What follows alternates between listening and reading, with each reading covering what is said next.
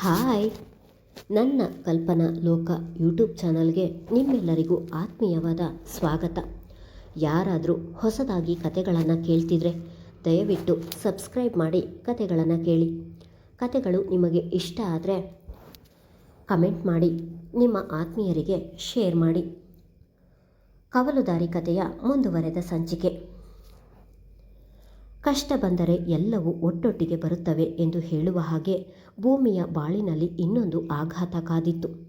ಸೋಮಣ್ಣನ ತಾಯಿಯನ್ನು ನೋಡಿಕೊಂಡು ಮನೆ ಕೆಲಸ ಮಾಡಿ ಹೇಗೋ ಸ್ವಲ್ಪ ಹಣ ಸಂಪಾದನೆ ಮಾಡುತ್ತಿದ್ದವಳಿಗೆ ಆ ಕೆಲಸಕ್ಕೂ ಕುತ್ತು ಬಂದಂತಾಯಿತು. ಸೋಮಣ್ಣನ ತಾಯಿ ಈಗಾಗಲೇ ವಯೋಸಹಜ ಕಾಯಿಲೆಗಳಿಂದ ಬಳಲುತ್ತಿದ್ದು ಅವರು ಕೂಡ ತೀರಿಕೊಂಡಿದ್ದರು. ಈಗ ಭೂಮಿಯ ಪರಿಸ್ಥಿತಿ ಆಯ್ಕೊಂಡು ತಿನ್ನುವ ಕೋಳಿ ಕಾಲು ಮುರಿದಂತೆ ಆಗಿತ್ತು. ಕೆಲಸವೂ ಇಲ್ಲದೆ ಈಗ ಹೇಗೆ ಜೀವನ ಮಾಡುವುದು ಎನ್ನುವ ಚಿಂತೆ ಹತ್ತಿತು. ಮತ್ತದೆ ಕೂಲಿಗೆ ಹೋಗಬೇಕಾ ಎನ್ನುವ ಪ್ರಶ್ನೆ ಅವಳನ್ನು ಕಾಡತೊಡಗಿತು. ಹಾಗಂತ ಕೆಲಸಕ್ಕೆ ಹೋಗಿ ದುಡಿಯದೆ ಮನೆಯಲ್ಲಿದ್ದರೆ ತನ್ನ ಚಿಕ್ಕವನ ಕೊಂಕು ಮಾತುಗಳನ್ನು ಕೇಳಲೇಬೇಕು ಎಂದು ಚೆನ್ನಾಗಿ ಬಲ್ಲಳು ಅವಳು. ಇಷ್ಟು ದಿನ ಹೇಗೋ ಭೂಮಿ ತಾನು ದುಡಿಯುತ್ತಿರುವುದರಿಂದ ಕಲಾವತಿ ಏನು ಮಾತನಾಡದೆ ಸುಮ್ಮನಿದ್ದಳು. ಇನ್ನು ಮುಂದೆಯೂ ಹಾಗೆ ಇರುತ್ತಾಳ ಅವಳು? ಸೋಮಣ್ಣನ ಮನೆಯಲ್ಲಿ ಭೂಮಿಗೆ ಇನ್ನು ಕೆಲಸ ಇಲ್ಲ ಎಂದು ತಿಳಿದು ಆಗಲೇ ಅವಳ ಮೇಲೆ ಸಾಕಷ್ಟು ಕೋಪ ಮಾಡಿಕೊಂಡಿದ್ದಳು ಕಲಾವತಿ. ಇಷ್ಟು ದಿನ ಹೇಗೋ ಅವಳ ಸಂಬಳದಿಂದ ಮನೆ ನಡೆಯುತ್ತಿತ್ತು. ಈಗ ಆ ಸಂಬಳ ಇಲ್ಲದೆ ಜೀವನ ಹೇಗೆ ಮಾಡುವುದು ಎನ್ನುವ ಚಿಂತೆ ಕೂಡ ಹತ್ತಿತು ಅವಳಿಗೆ.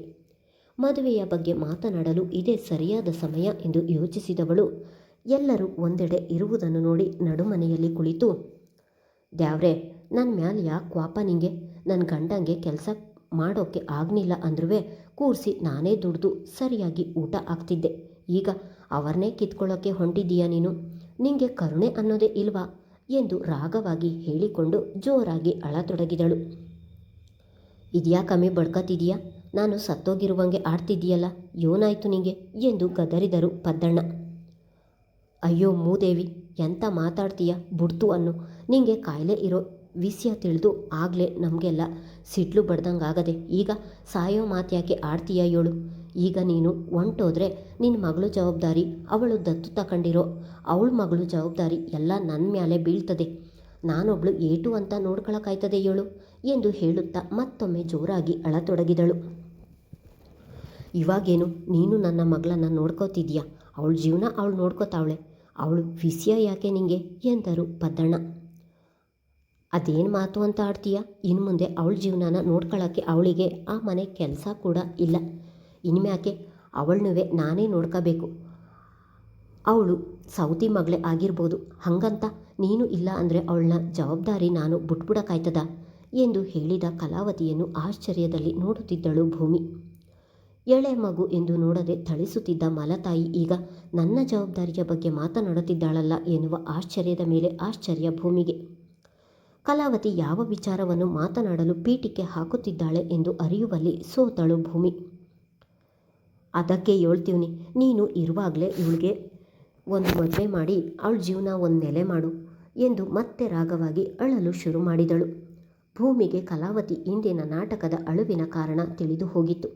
ತನ್ನ ಮದುವೆಯನ್ನು ಮಾಡಿಸುವ ಸಲುವಾಗಿ ಪೀಠಿಕೆ ಹಾಕುತ್ತಿದ್ದಾಳೆ ಎಂದು ಅರಿವಾಗಿತ್ತು ಅವಳಿಗೆ. ನನ್ನ ಮಗಳು ಈಗಲೇ ಆ ಮಗಿನ ನೋಡ್ಕೊಂಡು ಇರ್ತೀನಿ ಅಂತ ನಿರ್ಧಾರ ಮಾಡವಳೆ. ಹಂಗಿದ್ರೂ ಮತ್ತೆ ಅವಳು ಮದುವೆ ಆಗುವಂಥ ಬಲವಂತ ಮಾಡೋಕೆ ಆಯ್ತದೇನಮ್ಮಿ ಎಂದರು ಪದ್ದಣ್ಣ. ಅವಳದೇನೋ ಬಿಸಿ ರಕ್ತ, ಹಂಗೆ ಹೇಳ್ತಾಳೆ ಅಂತ ನೀನು ಸುಮ್ಮನೆ ಇರೋಕ್ಕಾಯ್ತದ ಏಳು? ಆ ಮಗ ದೊಡ್ಡದಾದ ಮ್ಯಾಲೆ ಏನು ಮಾಡ್ತಾಳೆ? ಈಗಲೇ ಅವಳೊಂದು ಮದುವೆ ಆದರೆ ಅವಳಿಗೂ ಜೀವನ ಸಿಗ್ತದೆ, ಆ ಮಗಿಗೂ ಆಸರೆ ಆಯ್ತದೆ. ಸುಮ್ಕೆ ಅವಳಿಗೆ ಮದುವೆ ಮಾಡೋದು ನೋಡು ಎಂದಳು. ಎಷ್ಟೇ ಆದರೂ ಬುದ್ಧಿವಂತೆ ಕಲಾವತಿ. ಯಾವ ರೀತಿ ಹೇಳಿದರೆ ಪದ್ದಣ್ಣನಿಗೆ ಚೆನ್ನಾಗಿ ಅರ್ಥವಾಗುತ್ತದೆ ಎಂದು ಬಲ್ಲವಳು ಅವಳು. ಪದ್ದಣ್ಣನಿಗೂ ತನ್ನ ಕಾಯಿಲೆ ತಿಳಿದಾಗಿನಿಂದ ಅದನ್ನು ಹೊರಗೆ ತೋರಿಸಿಕೊಳ್ಳದೆ ಮನದಲ್ಲಿಯೇ ನೋವು ತಿನ್ನುತ್ತಾ ತನ್ನ ಮಗಳ ಬಗ್ಗೆ ಯೋಚಿಸುತ್ತಿದ್ದರು. ತಾನು ತೀರಿ ಹೋದರೆ ಅವಳನ್ನು ಕಲಾವತಿ ಎಂದಿಗೂ ಚೆನ್ನಾಗಿ ನೋಡಿಕೊಳ್ಳುವುದಿಲ್ಲ ಎಂದು ಅವರಿಗೆ ಚೆನ್ನಾಗಿ ಗೊತ್ತಿತ್ತು. ಮುಂದಿನ ಅವಳ ಜೀವನದ ಬಗ್ಗೆ ಯೋಚಿಸಿ ಹೈರಾಣಾಗಿದ್ದರು. ಮೊದಲ ಬಾರಿಗೆ ಕಲಾವತಿ ಹೇಳುತ್ತಿರುವ ಮಾತು ಸರಿ ಎನಿಸಿ ತಾನು ಬದುಕಿರುವಾಗಲೇ ತನ್ನ ಮಗಳಿಗೆ ಒಂದು ನೆಲೆ ಮಾಡಬೇಕು ಎನ್ನುವ ಯೋಚನೆ ಹತ್ತಿತು ಪದ್ದಣ್ಣನಿಗೆ. ಚಿಕ್ಕವ್ವ, ನಿಂಗೆ ಒಂದು ಸರಿ ಹೇಳಿದರೆ ಅರ್ಥವಾಗುವುದಿಲ್ವಾ? ನಾನು ಮದುವೆ ಆಗುವುದಿಲ್ಲ ಅಂದರೆ ಆಗುವುದಿಲ್ಲ. ನಾನು ಈ ಮನೆ ಬಿಟ್ಟು ಎಲ್ಲೂ ಹೋಗುವುದಿಲ್ಲ. ನೀವೇನು ನನ್ನ ಜವಾಬ್ದಾರಿ ಹೊರಲೇಬೇಕು ಎಂದು ನಾನು ಕೈ ಮುಗಿದು ನಿಮ್ಮನ್ನು ಬೇಡುತ್ತಿಲ್ಲ. ನನ್ನ ಮಗಳ ಜೀವನವನ್ನು ನಾನು ನೋಡಿಕೊಳ್ಳುತ್ತೇನೆ. ಜೊತೆಗೆ ನನ್ನ ಅಪ್ಪಯ್ಯನ ಕಾಯಿಲೆಯನ್ನು ನೀವು ನೋಡಿ ಎಂದು ನಾನೇನು ಇದುವರೆಗೂ ಕೇಳಿಲ್ಲ. ಅವರ ಕಾಯಿಲೆಯನ್ನು ಕೂಡ ನಾನೇ ನೋಡಿಕೊಳ್ಳುತ್ತಿದ್ದೇನೆ. ಹಾಗಿದ್ದ ಮೇಲೆ ನನ್ನ ಜೀವನದ ಬಗ್ಗೆ ನಿನಗ್ಯಾಕೆ ಚಿಂತೆ? ನನಗೆ ಯಾರನ್ನಾದರೂ ಕಟ್ಟಿ ಈ ಮನೆಯಿಂದ ಸಾಗು ಹಾಕಬೇಕು ಎನ್ನುವ ಯೋಚನೆಯನ್ನು ಬಿಟ್ಟು ಬಿಡು ಎಂದು ಈ ಬಾರಿ ಧ್ವನಿ ಏರಿಸಿದಳು. ಬಿಟ್ಬಿಡ್ತಾರೆ. ಕತ್ತಲ್ಲಿ ತಾಳಿ ಇಲ್ಲ, ಕಾಲಲ್ಲಿ ಕಾಲುಂಗ್ರ ಇಲ್ಲ. ಆ ಮಗಿನ ತೋಳಲ್ಲಿ ಎತ್ಕೊಂಡು ನೀನು ಊರೂರು ಸುತ್ತಕೊಂಡು ಇರು. ಈಗಾಗಲೇ ಹಳ್ಳಿ ಜನ ಒಬ್ಬೊಬ್ರುವೆ ಒಂದೊಂದು ಮಾತಾಡ್ತಾವ್ರೆ. ಅವ್ರ ಬಾಯನ್ನೆಲ್ಲ ಮುಚ್ಚಿಸ್ಬೇಕು ಅಂದರೆ ನೀನು ಮದುವೆ ಆಗಲೇಬೇಕು. ಈಗಿತ ನೀನು ಯೋನೇ ಹೇಳಿದ್ರು ನಾನು ಕೇಳಾಕಿಲ್ಲ. ನಿನ್ನ ಅಪ್ಪಯ್ಯಂಗೋ ಕಾಯಿಲೆ ಬಂದು ಒಕ್ಕರ್ಸ್ಕೊಂಡದೆ. ನೋಡು, ಆ ಪುಟ್ಸ್ವಾಮಿ ನಿನ್ನೆ ಮದುವೆ ಆಗಬೇಕು ಅಂತ ಕಾಯ್ಕೊಂಡು ಕುಂತವನೆ. ಅವನ ಮದುವೆ ಆಯ್ತೀನಿ ಅಂದರೆ ಆಗು, ನಾನು ಬೇಡ ಅನ್ನಕ್ಕಿಲ್ಲ. ಅವನ ನೀನು ಮದುವೆ ಆಗಕ್ಕಿಲ್ಲ ಅಂದರೆ ನನ್ನ ತಮ್ಮ ಶಿವನ ಮದುವೆ ಆಗು. ಇದೇ ಆಯ್ಕೆ ನಿಂಗೆ ಇರೋದು. ನನ್ನ ತಮ್ಮ ಶಿವನ ಮದುವೆ ಆದರೆ ಈ ಮನೆಗೂ ಅವನು ಆಶ್ರಯಾಗಿ ನಿಲ್ತಾನೆ. ನೀನು ಈ ಮನೆಯಾಗೆ ಇದ್ದಂಗೆ ಆಯ್ತದೆ. ನೀನು ಇನ್ನು ಯೋನಿ ಹೇಳಿದ್ರು ನಾನು ಕೇಳಕ್ಕಿಲ್ಲ ಎಂದಳು. ಭೂಮಿ ಆ ಪುಟ್ಸ್ವಾಮಿಯನ್ನು ಮದುವೆ ಆಗುವುದಿಲ್ಲ ಎಂದು ಚೆನ್ನಾಗಿ ಬಲ್ಲವಳು ಅವಳು. ಇಷ್ಟರವರೆಗೂ ಹೇಗೋ ಧೈರ್ಯ ಮಾಡಿ ಕಲಾವತಿಯ ಎದುರು ನಿಂತು ಮಾತನಾಡುತ್ತಿದ್ದವಳಿಗೆ ಈಗ ಅವಳ ಮಾತು ಕೇಳಿ ಏನು ಮಾತನಾಡುವುದು ಎಂದೇ ತಿಳಿಯಲಿಲ್ಲ. ಈಗ ಕಲಾವತಿ ಭೂಮಿಗೆ 2 ಆಯ್ಕೆಗಳನ್ನು ಕೊಟ್ಟಿದ್ದಾಳೆ. ಒಂದು ಪುಟ್ಸ್ವಾಮಿ, ಇನ್ನೊಂದು ಅವಳ ತಮ್ಮ ಶಿವ. ಇಬ್ಬರು ಒಬ್ಬರಿಗಿಂತ ಒಬ್ಬರು ಅನಾಚಾರಿಗಳು. ಒಬ್ಬ ಕಾಮುಕನಾದರೆ ಇನ್ನೊಬ್ಬ ಕುಡುಕ. ಯಾರನ್ನು ಮದುವೆಯೇ ಆಗಬಾರದು ಎಂದು ನಿರ್ಧಾರ ಮಾಡಿರುವ ಅವಳಿಗೆ ಇಂತಹ ಆಯ್ಕೆ. ಕಲಾವತಿಯ ಎಚ್ಚರಿಕೆಯನ್ನು ನೋಡಿದವಳಿಗೆ ನಾನು ಮದುವೆಯಾಗುವುದಿಲ್ಲ ಎಂದು ಹೇಳಲು ಬಾಯೇ ಬರುತ್ತಿಲ್ಲ. ಅಲ್ಲದೆ ಕಲಾವತಿ ಮದುವೆಯನ್ನು ಮಾಡಲೇಬೇಕು ಎಂದು ಗಟ್ಟಿ ನಿರ್ಧಾರ ಮಾಡಿದ್ದಾಳೆ. ಅದು ಸ್ಪಷ್ಟವಾಗಿ ಭೂಮಿಗೂ ಕೂಡ ತಿಳಿದು ಹೋಗಿತ್ತು. ಈಗ ಅಲ್ಲಿ ಎಲ್ಲ ರೀತಿಯಿಂದಲೂ ಮಾತಿಗಿಂತ ಮೌನವೇ ಹಿತ ಎನಿಸಿತು ಅವಳಿಗೆ. ಅದೇ ಮೌನದಲ್ಲಿ ಅಲ್ಲಿಂದ ಹೊರ ಹೋಗಿದ್ದಳು. ಭೂಮಿಯ ಮೌನವನ್ನು ನೋಡಿದ ಕಲಾವತಿಗೆ ಒಳಗೊಳಗೆ ಎಲ್ಲಿಲ್ಲದ ಖುಷಿ. ತಾನು ಆಡಿದ ಮಾತುಗಳು ಸರಿಯಾಗಿ ನಾಟಿವೆ ಎಂದು ಒಳಗೊಳಗೆ ಆನಂದ ಪಡುತ್ತಿದ್ದಳು. ಅಲ್ಲಿಯೇ ನಿಂತಿದ್ದ ಶಿವನಿಗೂ ಕೂಡ ತನ್ನ ಅಕ್ಕನ ಬುದ್ಧಿವಂತಿಕೆಗೆ ಅವಳೆಡೆಗೆ ಮೆಚ್ಚುಗೆಯ ನೋಟ ಹರಿಸಿದನು. ಖುಷಿಗೂ ಕೂಡ ಪಾರವೇ ಇರಲಿಲ್ಲ. ಆದರೆ ಕಲಾವತಿ ಪುಟ್ಸ್ವಾಮಿ ಹೆಸರನ್ನು ಹೇಳಿದ್ದು ಅವನಿಗೆ ಇಷ್ಟವಿರಲಿಲ್ಲ. ಆದರೂ ಸಹ ಕಲಾವತಿ ಈಗಾಗಲೇ ಅವಳಿಗೆ ಅವನು ಇಷ್ಟ ಇಲ್ಲ ಎಂದು ಹೇಳಿದ್ದರಿಂದ ಸುಮ್ಮನಾಗಿದ್ದನು. ಭೂಮಿ, ನಿಂತವು ಒಸಿ ಮಾತಾಡಬೇಕು, ಬಾರವ್ವ ಇಲ್ಲಿ ಎಂದು ಮಲಗಿದ್ದಲ್ಲಿಂದ ಎದ್ದು ಕೂತು ತನ್ನ ಬಳಿ ಮಗಳನ್ನು ಕರೆದಿದ್ದರು ಪದ್ದಣ್ಣ. ಆ ಸಮಯದಲ್ಲಿ ಮನೆಯಲ್ಲಿ ಕಲಾವತಿಯಾಗಲಿ ಅವಳ ತಮ್ಮ ಶಿವ ಆಗಲಿ ಇರಲಿಲ್ಲ. ಏನು ಅಪ್ಪಯ್ಯ ಎಂದು ಹೇಳುತ್ತಲೇ ಅವರ ಪಕ್ಕ ಹೋಗಿ ಕುಳಿತಳು. ಭೂಮಿ, ನಾನು ಒಂದು ಮಾತು ಕೇಳ್ತೀನಿ, ಬೇಸರ ಮಾಡ್ಕೊಳ್ದೆ ನಡೆಸ್ಕೊಡ್ತೀಯ ಮಗಳೇ. ಆಮ್ಯಾಕೆ ಈ ಅಪ್ಪಯ್ಯನ ತಪ್ಪು ತಿಳಿಯಬಾರ್ದು ಎಂದರು. ಪದ್ದಣ್ಣನ ಮಾತುಗಳು ಈಗ ಒಗಟಿನ ರೂಪದಲ್ಲಿ ಇದ್ದಂತಿತ್ತು. ಅವಳಿಗೆ ಏನೆಂದು ಅರ್ಥವಾಗಲಿಲ್ಲ. ಅಪ್ಪಯ್ಯ, ಯಾಕೆ ಈಗ ಹೀಗೆಲ್ಲ ಮಾತನಾಡುತ್ತಿದ್ದೀಯಾ? ಏನಾಯಿತು? ಅದೇನು ಹೇಳು ಎಂದಳು. ಭೂಮಿ, ನಾನು ಯಾವಾಗ ಈ ಲೋಕ ಬಿಟ್ಟು ಒಯ್ತೀನೋ ಗೊತ್ತಿಲ್ಲ. ನನಗೆ ಸಾಯೋಕ್ಕೆ ಭಯ ಇಲ್ಲ ಮಗಳೇ. ಆದರೆ ನಿಂದೆ ಶಾನೆ ಯೋಚನೆ ಆಗ್ಬಿಟ್ಟೈತೆ. ನಾನು ಸಾಯೋಕ್ಕೂ ಮುಂಚೆ ನಿಂಗೆ ಒಂದು ನೆಲೆ ಮಾಡಬೇಕು. ಇದೇ ನನ್ನ ಕೊನೆ ಆಸೆ. ನಡೆಸ್ಕೊಡ್ತೀಯಾ ಭೂಮಿ ಎಂದರು. ಅಪ್ಪಯ್ಯ, ನಿನ್ನ ಕಾಯಿಲೆ ಬೇಗ ಗುಣ ಆಗುತ್ತೆ. ನಾನು ಖಂಡಿತ ಗುಣ ಮಾಡುತ್ತೇನೆ. ಹಾಗಿದ್ದ ಮೇಲೆ ಸಾಯುವ ಮಾತೆಲ್ಲ ಆಡಬೇಡ. ನೀನು ನನ್ನ ಜೊತೆ ಖುಷಿಯಾಗಿ ಇರ್ತೀಯ ಎಂದು ಹೇಳುವವಳ ಕಣ್ಣುಗಳು ತುಂಬಿದವು. ನೀನು ನನ್ನ ಮನಸ್ಸಿನ ಸಮಾಧಾನಕ್ಕೆ ಹಾಗೆ ಹೇಳ್ಬೋದು ಭೂಮಿ. ಆದರೆ ನನ್ನ ಕಾಯಿಲೆ ದಿನೇ ದಿನೇ ನನ್ನ ತಿಂತೈತೆ ಅಂತ ನಿಂಗೂ ಗೊತ್ತು. ಅದಕ್ಕೆ ನಾನು ಇರುವಾಗಲೇ ನಿನ್ನ ಜೀವನ ಒಂದು ನೆಲೆ ಮಾಡಬೇಕು ಅಂತ ಯೋಚನೆ ಮಾಡ್ತೀವಿ. ನಿನ್ನ ಚಿಕ್ಕವ್ವ ಹೇಳೋದು ಒಂದು ರೀತಿ ಸರಿಯಾಗಿ ಐತೆ. ನಿಂಗೆ ಗೊತ್ತಿಲ್ಲದೆ ಇರುವ ವಯಸ್ಸಿನಾಗೆ ನಿನ್ನ ಒಂದು ಮಾತು ಕೇಳದೆ ನಿನ್ನ ಮದುವೆ ಮಾಡಿ ತೆಪ್ಪು ಮಾಡಿಬಿಟ್ಟಿವ್ನಿ. ಈಗ ಆ ತೆಪ್ಪನ್ನು ಸರಿ ಮಾಡೋಕ್ಕೆ ಆಗಕ್ಕಿಲ್ಲ. ಆದರೆ ನಿನ್ನ ಜೀವನಕ್ಕೆ ಬ್ಯಾರೆ ದಾರಿ ಹುಡುಕ್ಬೋದು ಅಂತ ಈಗ ನನಗೆ ಮನವರಿಕೆ ಆಯ್ತೈತೆ. ಅದಕ್ಕೆ ನನಗೋಸ್ಕರ ನನ್ನ ಒಂದೇ ಒಂದು ಕೊನೆ ಆಸೆ ನಡೆಸ್ಕೊಟ್ಬಿಡವ ಎಂದು ಅವಳ ಕೈ ಹಿಡಿದು ಬೇಡಿದಂತೆ ಹೇಳಿದರು. ಅಪ್ಪಯ್ಯ, ಏನು ಹೇಳ್ತಿದ್ದೀಯ ನೀನು? ಅರ್ಥವಾದರೂ ಸಹ ಏನು ಗೊತ್ತಿಲ್ಲದವಳಂತೆ ಕೇಳಿದಳು. ಭೂಮಿ, ನಿನ್ನ ಚಿಕ್ಕವ್ವ ಹೇಳಿದ್ನೆ ನಾನು ಹೇಳ್ತೀವ್ನಿ. ನೀನೊಂದು ಮದುವೆ ಆಗ್ಬಿಡವ. ಆಗ ನೆಮ್ಮದಿಯಿಂದ ಕಣ್ಮುಚ್ಕೋತೀನಿ ನಾನು ಎಂದರು. ಒಂದೆಡೆ ತಂದೆಯ ಆರೋಗ್ಯ, ಇನ್ನೊಂದೆಡೆ ಚಿಕ್ಕವನ ಕಟು ಮಾತು, ಇನ್ನೊಂದು ಕಡೆ ದತ್ತು ತೆಗೆದುಕೊಂಡಿರುವ ಮಗಳು. ಎಲ್ಲವನ್ನು ನೆನೆದವಳಿಗೆ ಅವಳ ಮನಸ್ಸು ಜರ್ಜರಿತವಾಗಿತ್ತು. ಈಗ ಅವಳಿಗೆ ಯಾವ ಒಂದು ನಿರ್ಧಾರವನ್ನು ಮಾಡಲು ಆಗುತ್ತಿರಲಿಲ್ಲ. ಆದರೆ ಅಂದು ಪದ್ದಣ್ಣನನ್ನು ಆಸ್ಪತ್ರೆಗೆ ಕರೆದುಕೊಂಡು ಹೋದಾಗ ಆ ಹೆಂಗಸರು ಆಡಿದ ಮಾತುಗಳು ಮತ್ತೊಮ್ಮೆ ಮನಸ್ಸನ್ನು ನೋಯಿಸಿದ್ದವು.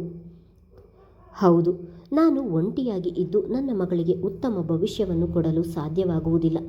ಅವಳ ಸುತ್ತಲೂ ಅವಳನ್ನು ನಿಂದನೆ ಮಾಡಿ ಮಾತನಾಡುವವರೇ ಹೆಚ್ಚುತ್ತಾರೆ. ಅಲ್ಲದೆ ಈ ಸಮಯದಲ್ಲಿ ಅಪ್ಪಯ್ಯನನ್ನು ನಾನು ಖುಷಿಯಿಂದ ನೋಡಿಕೊಳ್ಳಬೇಕು. ನನಗೆ ಇಷ್ಟ ಇಲ್ಲದಿದ್ದರೂ ಈ ಮದುವೆ ನನ್ನ ಬಾಳಿಗೆ ಅನಿವಾರ್ಯವಾಗಿದೆ. ಈಗ ನನ್ನ ನೆಮ್ಮದಿಗಿಂತ ನನ್ನ ಅಪ್ಪಯ್ಯ, ನನ್ನ ಮಗಳ ಖುಷಿ ಮುಖ್ಯ ಎಂದು ಯೋಚಿಸಿದವಳು, ಆಯಿತು ಅಪ್ಪಯ್ಯ, ನೀನು ಹೇಳ್ದಂತೆ ಆಗಲಿ. ನಾನು ಈ ಮದುವೆ ಆಗುತ್ತೇನೆ. ಆದರೆ ಈ ಮನೆ ಬಿಟ್ಟು ಹೋಗಲು ನನಗೆ ಇಷ್ಟ ಇಲ್ಲ. ಆ ಪುಟ್ಸ್ವಾಮಿಯನ್ನು ಮದುವೆಯಾಗಲು ನನಗೆ ಇಷ್ಟ ಇಲ್ಲ. ನಾನು ಈ ಶಿವನನ್ನೇ ಮದುವೆ ಆಗ್ತೀನಿ ಎಂದು ಒಲ್ಲದ ಮನಸ್ಸಿನಿಂದ ತಂದೆಗೋಸ್ಕರ, ತನ್ನ ಮಗಳಿಗೋಸ್ಕರ ಮದುವೆಗೆ ಒಪ್ಪಿಗೆ ಕೊಟ್ಟಿದ್ದಳು. ಭೂಮಿ, ದಿಟ್ಟವಾಗ್ಲೂ ನೀನು ಈ ಮದುವೆಗೆ ಒಪ್ಪಿಕೊಂಡವಾ ಎಂದು ಹೇಳುವ ಪದ್ದಣ್ಣನ ಕಣ್ಣಿನಲ್ಲಿಯೂ ಸಹ ಆಗಲೇ ನೀರು ತುಂಬಿದವು. ತನ್ನ ಮಗಳು ಮದುವೆಗೆ ಒಪ್ಪಿದ್ದಕ್ಕೆ ಅವರ ಸಂತೋಷಕ್ಕೆ ಪಾರವೇ ಇರಲಿಲ್ಲ. ಹ್ಞೂ ಅಪ್ಪಯ್ಯ, ನಿನಗೋಸ್ಕರ ನಾನು ಮದುವೆಯಾಗಲು ಒಪ್ಪಿದ್ದೇನೆ ಎಂದಳು. ಮಗಳ ಮುಖದಲ್ಲಿನ ಬೇಸರ ಗುರುತಿಸಿದ ಪದ್ದಣ್ಣ, ಭೂಮಿ, ಶಿವ ಈಗ ಇಲ್ಲಿ ಬಂದಾಗಿಂದ ಹೊಲ್ಮನೆ ಕೆಲಸ ಮಾಡ್ಕೊಂಡು ಚಂದಾಗವನೆ, ಕುಡಿಯೋದು ಬಿಟ್ಟವನೆ, ಮುಂದೆ ನಿನ್ನ ಚಂದಾಗಿ ನೋಡ್ಕತಾನೆ, ಅದ್ರ ಬಗ್ಗೆ ನೀನು ಯೋಚನೆ ಮಾಡಬೇಡ ಎಂದು ಮಗಳಿಗೆ ಧೈರ್ಯ ತುಂಬಿದರು. ನಾಯಿ ಬಾಲ ಯಾವತ್ತೂ ನೆಟ್ಟಗಾಗಲ್ಲ ಅಪ್ಪಯ್ಯ, ಅವನು ಬದಲಾಗುತ್ತಾನೆ ಎನ್ನುವುದು ಕನಸಿನ ಮಾತು. ನಿನಗೆ ಗೊತ್ತಿಲ್ಲದ ಹಾಗೆ ಕುಡಿದು ಬರ್ತಾನೆ. ಒಟ್ಟಿನಲ್ಲಿ ಆ ವಿಧಿ ನನ್ನ ಹಣೆಯಲ್ಲಿ ಏನು ಬರೆದಿದ್ದಾನೋ ಅದೇ ಆಗಲಿ. ನನ್ನ ಹಣೆ ಬರಕ್ಕೆ ಹೊಣೆ ಯಾರೂ ಇಲ್ಲ. ಪಾಲಿಗೆ ಬಂದದ್ದನ್ನು ಅನುಭವಿಸಲೇಬೇಕು ನಾನು ಸಾಯುವವರೆಗೂ ನೋವು ಅನುಭವಿಸಬೇಕು ಎಂದು ಬರೆದಿದ್ದರೆ ಆ ನೋವಿಗೆ ನಾನು ತಲೆಬಾಗಲೇಬೇಕು ಎಂದು ಮನದಲ್ಲಿ ಹೇಳಿಕೊಂಡು ಸುಮ್ಮನಾದಳು. ಭೂಮಿ ಮದುವೆಗೆ ಒಪ್ಪಿದ್ದು ಶಿವನಿಗೆ ಆಕಾಶವೇ ಕೈಗೆ ಸಿಕ್ಕಷ್ಟು ಖುಷಿಯಾಗಿತ್ತು. ಕಲಾವತಿ ಕೂಡ ಇದಕ್ಕೆ ಹೊರತಾಗಿರಲಿಲ್ಲ. ಯಾವ ಯೋಜನೆಯನ್ನು ತಲೆಯಲ್ಲಿಟ್ಟುಕೊಂಡು ತನ್ನ ತಮ್ಮನನ್ನು ಮನೆಗೆ ಕರೆತಂದಿದ್ದಳೋ ಆ ಯೋಜನೆ ಸಫಲವಾಗುತ್ತಿದೆ ಎಂದು ಅವಳ ಖುಷಿಗಂತೂ ಪಾರವೇ ಇರಲಿಲ್ಲ. ಯಾರು ಹೆಣ್ಣು ಕೊಡದೆ, ಮದುವೆಯನ್ನು ಆಗದೆ ಕುಡಿದು ತೂರಾಡುತ್ತಾ ಬೀದಿ ಬೀದಿ ಅಲೆಯುತ್ತಿರುವ ತಮ್ಮನಿಗೆ ಮದುವೆ ಮಾಡುತ್ತಿದ್ದೇನೆ ಎನ್ನುವ ಸಂತೋಷದ ಜೊತೆಗೆ ಏನೋ ಒಂದು ನೆಮ್ಮದಿ ಅವಳಿಗೆ. ಭೂಮಿ ಕಲಾವತಿಯ ತಮ್ಮನನ್ನು ಮದುವೆಯಾಗುವ ವಿಚಾರ ಈಗಾಗಲೇ ಇಡೀ ಹಳ್ಳಿಗೆ ಹಬ್ಬಿತು. ಅಲ್ಲದೆ ವೀರಣ್ಣ ತನ್ನ ಹೆಂಡತಿ ಅಂಜನ ಅವರ ಜೊತೆ ಈ ವಿಚಾರವನ್ನು ಮಾತನಾಡುತ್ತಿರುವಾಗ ಕರ್ಣನ ಕರ್ಣವನ್ನು ಸಹ ತಲುಪಿತು. ಮದುವೆಯನ್ನೇ ಆಗುವುದಿಲ್ಲ ಎಂದು ಅಷ್ಟು ಗಂಭೀರವಾಗಿ ಹೇಳಿದವಳು ಇಂದು ಮದುವೆಗೆ ಒಪ್ಪಲು ಕಾರಣ ಏನು ಎಂದು ತಿಳಿಯದೇ ಹೋಯಿತು ಅವನಿಗೆ. ಭೂಮಿ ಮದುವೆ ಎಂದು ತಿಳಿದಾಗಿನಿಂದ ಅವನ ಮನಸ್ಸಿನಲ್ಲಿ ಏನೋ ಒಂದು ತಳಮಳ. ತನ್ನವರನ್ನು ಕಳೆದುಕೊಳ್ಳುತ್ತಿದ್ದೇನೆ ಎನ್ನುವ ಭಾವ ಅವನಿಗೆ. ತನ್ನ ಮನದ ನೋವನ್ನು ಹಂಚಿಕೊಳ್ಳಲು ಈಗ ಅವನಿಗೆ ಯಾರೂ ಇಲ್ಲ ಎನಿಸಿತು. ಹಾಗೆ ಅಷ್ಟು ಸುಲಭವಾಗಿ ಮನದ ಮಾತುಗಳನ್ನು ಹೇಳಲು ಸಹ ಆಗುವುದಿಲ್ಲ. ಈ ವಿಚಾರವಾಗಿ ಭೂಮಿಯ ಜೊತೆ ಮಾತನಾಡಬೇಕು ಎಂದುಕೊಂಡನಾದರೂ ಕೆಲ ಗಳಿಗೆಯ ನಂತರ, ನಾನ್ಯಾಕೆ ಈ ವಿಚಾರವನ್ನು ಅವಳ ಜೊತೆ ಮಾತನಾಡಬೇಕು? ಅವಳ ಜೀವನ, ಅವಳ ಇಷ್ಟ. ಅವಳು ಯಾರನ್ನಾದರೂ ಮದುವೆಯಾದರೆ ನನಗೆ ಏನು ಎಂದು ತನಗೆ ತಾನೇ ನುಡಿದುಕೊಂಡು ಸುಮ್ಮನಾಗಿದ್ದನು. ಆದರೂ ಕರ್ಣ ಭೂಮಿಯ ಮುಂದಿನ ಭವಿಷ್ಯಕ್ಕೋಸ್ಕರ ಒಂದು ದಾರಿಯನ್ನು ಹುಡುಕಿದ್ದನು. ಆ ದಾರಿ ಯಾವುದು ಎಂದು ಅವಳ ಬಳಿ ಮಾತನಾಡಿರಲಿಲ್ಲ. ಈಗ ಈ ವಿಚಾರವನ್ನು ಅವಳಿಗೆ ಹೇಗೆ ಹೇಳುವುದು ಎಂದು ಯೋಚನೆ ಹತ್ತಿತು. ಲೋ ಪುಟ್ಸ್ವಾಮಿ, ವಿಚಾರ ಗೊತ್ತಾಯ್ತಾ ನಿಂಗೆ ಎಂದು ಕೂಗುತ್ತಲೇ ಓಡಿ ಬಂದಿದ್ದನು ತಿಮ್ರಾಯ. ಅದ್ಯಾಕ್ಲ ತಿಮ್ರಾಯ, ಹಂಗೆ ಓಡಿ ಬತ್ತಿದೀಯ, ಯೋನಾಯ್ತಲ ನಿಂಗೆ ಎಂದನು ಕುರ್ಚಿಯ ಮೇಲೆ ಕೂರುತ್ತಾ. ಯೋನಾಯ್ತು ಅಂತ ಕೇಳ್ತಿದ್ದೀಯಾ ಪುಟ್ಸ್ವಾಮಿ? ಊರವ್ರಿಗೆಲ್ಲ ಗೊತ್ತಾಗೈತೆ, ನಿಂಗೆ ಗೊತ್ತಾಗಿಲ್ಲ ನೋಡು ಎಂದನು. ಕೊಂಕಣ ಸುತ್ತಿ ಮೈಲಾರಕ್ಕೆ ಬರದೆ ಅದೇನು ನೇರವಾಗಿ ಹೇಳಲ್ಲ ಎಂದು ಗದರುವ ರೀತಿಯಲ್ಲಿಯೇ ಹೇಳಿದನು. ಆ ಭೂಮಿ ಇದ್ದಾಳಲ್ಲ, ಅವಳು ಕಲಾವತಿಯ ತಮ್ಮ ಶಿವನನ್ನು ಮದುವೆ ಆಗ್ತಾಳಂತೆ. ಊರಲ್ಲೆಲ್ಲ ಅವಳ ಮದುವೆಯದ್ದೇ ಸುದ್ದಿ ಎಂದು ತಿಮ್ರಾಯ ಹೇಳುತ್ತಿದ್ದ ಹಾಗೆ ಕುಳಿತಿದ್ದವನು ಕೋಪದಲ್ಲಿಯೇ ಮೇಲೆದ್ದು ನಿಂತು, ಯೋನ್ ಹೇಳ್ತಿದ್ದಿಲ್ಲ ನೀನು? ಆ ಭೂಮಿನ ನನಗೆ ಮದುವೆ ಮಾಡ್ತೇನೆ ಅಂತ ಯೋಳಿ ಈಗ ತಮ್ಮಂಗೆ ಮದುವೆ ಮಾಡಿಸ್ತಾವಳ? ಅದು ಹೆಂಗೆ ಮದುವೆ ಮಾಡ್ತಾಳೆ ಅಂತ ನಾನು ನೋಡ್ತೀನಿ. ನನಗೆ ಮದುವೆ ಮಾಡಿಸ್ತೀನಿ ಅಂತ ಯೋಳಿ ನನ್ನ ತವ ದುಡ್ಡು ತಗೊಂಡು ಈಗ ತಮ್ಮಂಗೆ ಕಟ್ಕೋತಾವಳ? ಮೆಚ್ಚಲೇಬೇಕು ಅವಳ ಧೈರ್ಯವ. ಅದೆಂಗೆ ಈ ಮದುವೆ ಮಾಡ್ತಾಳೆ ಅಂತ ನಾನು ನೋಡ್ತೀನಿ. ಈಗಲೇ ಅವಳ ಮನೆ ತವ ಹೋಗಿ ಕೇಳ್ತೀನಿ ಎಂದು ಮುಂದೆ ಹೋಗುವವನನ್ನು ತಡೆದ ತಿಮ್ರಾಯ, ಪುಟ್ಸ್ವಾಮಿ, ನಿಂಗೆ ಬುದ್ಧಿ ಐತಾ ಇಲ್ವಾ? ನೀನು ಈಗ ಹೋಗಿ ಕೇಳ್ಬಿಟ್ರೆ ಅವಳು ಭೂಮಿನ ನಿಂಗೆ ಮದುವೆ ಮಾಡಿಕೊಟ್ಬಿಡ್ತಾಳ. ಮಹಾನ್ ಬಾಯಿ ಬಡ್ಕಿ ಅವಳು. ಅವಳಿಗೆ ಬಾಯಿ ಕೊಡೋಕ್ಕಾಯ್ತದ? ನಾನು ದುಡ್ಡು ತಗೊಂಡಿಲ್ಲ ಅಂದರೆ ಮುಗೀತಲ್ಲ. ಇಂತಹ ವಿಚಾರಗಳನ್ನು ಕೋಪದಿಂದ ಬಗೆಹರಿಸಲು ಆಗೋದಿಲ್ಲ. ಅವರೆಲ್ಲ ಮದುವೆ ತಯಾರಿನ ಮಾಡಿಕೊಳ್ಳಿ ಬಿಡು, ನಮಗೇನು, ನೀನು ಸ್ವಲ್ಪ ತೆಪ್ಪಗಿರು ಎಂದು ಹೊರಡುತ್ತಿದ್ದ ಪುಟ್ಸ್ವಾಮಿಯನ್ನು ತಡೆದಿದ್ದನು. ಯೋನ್ಲ, ನಿನ್ನ ಮಾತಿನ ಅರ್ಥ ಆ ಭೂಮಿಯ ಮದುವೆಗೆ ಹೋಗಿ ಅಕ್ಷತೆ ಹಾಕಿ ಬರಬೇಕು ಅಂತ ಹೇಳ್ತಿದ್ದೀಯ ನೀನು? ಹಂಗಲ್ಲ ಪುಟ್ಸ್ವಾಮಿ, ಇಂಥ ವಿಚಾರ ಎಲ್ಲ ನಿನಗೆ ಗೊತ್ತಾಗಕ್ಕಿಲ್ಲ, ಸುಮ್ಕಿರು. ನಾನು ಹೇಳ್ದಂಗೆ ಮಾಡು ಸಾಕು. ಆಗ ಆ ಮದುವೆನೂ ನಿಂತು ಹೋಯ್ತದೆ, ಭೂಮಿನೂ ನಿನ್ನವಳಾಯ್ತಾಳೆ ಎಂದು ಪುಟ್ಸ್ವಾಮಿಯನ್ನು ಸುಮ್ಮನೆ ಮಾಡಿದ್ದನು ತಿಮ್ರಾಯ. ಅಂದು ಭೂಮಿ ಬಾವಿಯಿಂದ ನೀರು ತರಲು 2 ಕೊಡಗಳನ್ನು ಹಿಡಿದು ಹೊರಬರುತ್ತಿದ್ದ ಹಾಗೆ ಅವಳಿಗೆ ಅಡ್ಡಲಾದ ಶಿವ, ಭೂಮಿ, ಇನ್ಮ್ಯಾಕೆ ನೀರು ತರೋಕೇನು ಹೋಗಬೇಡ, ನಾನೇ ತಂದು ಕೊಡ್ತೀನಿ. ಏಟೊಂದು ದೂರ ಹೋಗಬೇಕು, ಬಿಸಿಲು ಬ್ಯಾರೆ ಸಿಡಿತಾ ಐತೆ, ನೀನು ಇಲ್ಲೇ ಇರು, ನಾನೇ ತತ್ತೀನಿ ಎಂದು ಅವಳಿಂದ ಕೊಡಗಳನ್ನು ತೆಗೆದುಕೊಳ್ಳಲು ನೋಡಿದರೆ ಕೈಯಲ್ಲಿ ಹಿಡಿದಿದ್ದ ಕೊಡಗಳನ್ನು ಹಿಂದಕ್ಕೆ ಎಳೆದುಕೊಂಡವಳು, ಏನೂ ಬೇಕಾಗಿಲ್ಲ, ಇವತ್ತು ಹೊಸದಾಗಿ ನಾನು ನೀರು ತರುತ್ತಿಲ್ಲ, ನೀರು ತರುವುದರಿಂದ ನನಗೇನು ತೊಂದರೆ ಆಗುವುದಿಲ್ಲ ಎಂದು ಹೇಳಿ ಬಿರುಸಾಗಿ ಅಲ್ಲಿಂದ ಹೊರಟಿದ್ದಳು. ಅಲ್ಲೇ ನಿಂತಿದ್ದ ಕಲಾವತಿಗೆ ಭೂಮಿಯ ನಡೆ ನೋಡಿ ಕೋಪ ಹತ್ತಿತು. ನನ್ನ ತಮ್ಮ ಇವನು, ಅವನ ಹೆಂಡತಿ ಆಗೋಳು ನೋಯ್ತಾಳೆ ಅಂತ ಸಹಾಯ ಮಾಡಲು ನೋಡ್ತಿದ್ದಾನೆ, ಆದರೆ ಇದು ಇವಳಿಗೆ ಅರ್ಥ ಆಯ್ತಿಲ್ಲ. ಹೆಂಗೆ ಸಿಡುಕ್ತಾಳೆ ನೋಡು ನಿನ್ನ ಮಗಳು ಎಂದು ಪದ್ದಣ್ಣನ ಎದುರಿಗೆ ಸಿಡುಕಿದಳು. ಅಷ್ಟು ಚಿಕ್ಕ ವಯಸ್ಸಿನಲ್ಲಿಯೇ 2 ಕೊಡಗಳನ್ನು ನೀರು ಈಗ ತರಲು ಕಷ್ಟವಾದೀತೆ. ಅದನ್ನು ನೆನೆದ ಪದ್ದಣ್ಣ ಹೆಂಡತಿಯ ಮಾತಿಗೆ ಏನು ಉತ್ತರ ನೀಡದೆ ಸುಮ್ಮನಾದರು. ಮುಂದುವರಿಯುವುದು. ಕಥೆಯ ಬಗ್ಗೆ ನಿಮ್ಮ ಅಭಿಪ್ರಾಯ ತಿಳಿಸುವುದು ಮರೆಯಬೇಡಿ. ಧನ್ಯವಾದಗಳು.